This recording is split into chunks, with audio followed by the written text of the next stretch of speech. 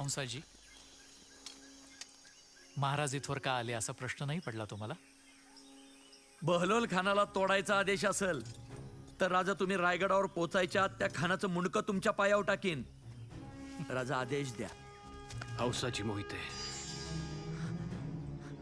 स्वराज्याला आता कुठल्या खानाच्या शिराची नाही तर तुमच्यासारख्या शूराची गरज आहे. राज, उद्या पहाटे परशुरामाच्या मंदिरी सरसेनापती पदाची वस्त्र आणि तरवार देऊन प्रतापरावांचा वारसा तुमच्या खांद्यावर दिला जाईल. राज, मी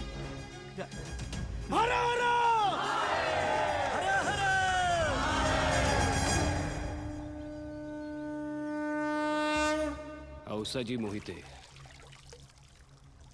हिरण्यगर्भ जोवर केशरी तुमचं आमचं जीवित कार्य तोवरच.